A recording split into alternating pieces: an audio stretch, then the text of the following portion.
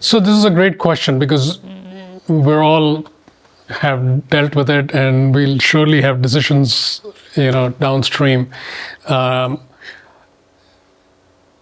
So this quandary about which is the right choice, it presumes that if I pick the right one, it's going to be like awesome. If I pick the wrong one, man, who knows, something not so good will happen. It is predicated on those external circumstances will determine how it's going to be for me, how the experience is going to be. It's almost, if you see, you've thrown away completely that I am in power of my experience. It's completely thrown that away somewhere along the way and put it all, the bets are on either, let's see which is the right one here. As if that's the one that's the winning choice. And that is a wrong assumption. So it really goes right back to, if you are in tune, it's not so much that the right one will just light up and it's like, oh, I see that, okay, there I go. It's not so much about that.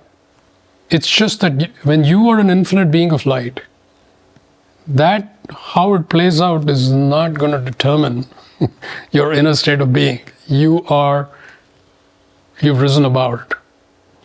Furthermore, when you are in such a good place, whichever path you take will become something completely unimaginably good that you could never foresee.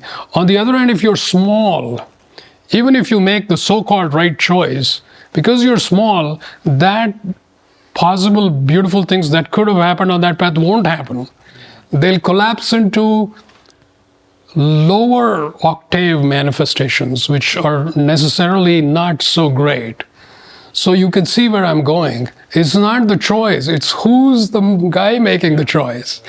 So when we throw that away, we've thrown away the most important piece of this whole puzzle. We have to take that power back to who I am and recognizing that. And in that place, you actually, as you take back the power and even sit with that choice, because the choice still looks like it's there. I have to decide by Friday, am I going to go make a trip to New York or not? We have choices like that. So what we end up seeing is, in that place of expansion, we are able to go to a more neutral place, which is very critical, actually.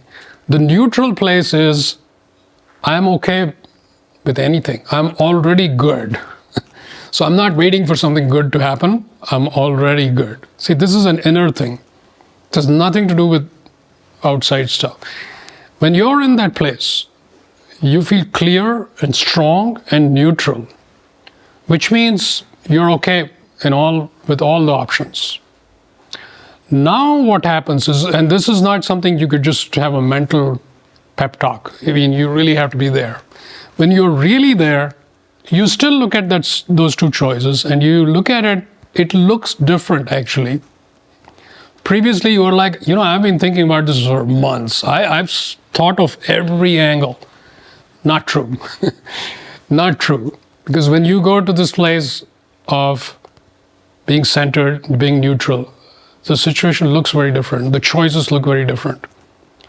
And from that now, with the new eyes you have, you may sense something different in terms of, this is some good possibilities, this has some good possibilities, but this feels like it's more in alignment with the highest. I see more resonance here. So there's a different way of choosing, and ultimately, you may have to send an email or whatever the thing you have to do, book your tickets or quit a job or etc. But it's a winning choice because of who you are. It's going to be good. And that's the key. That's the key. When you choose light, life becomes increasingly joyful, purposeful, and inspired. I invite you to join me to explore the realms of light, the infinite possibilities that light offers.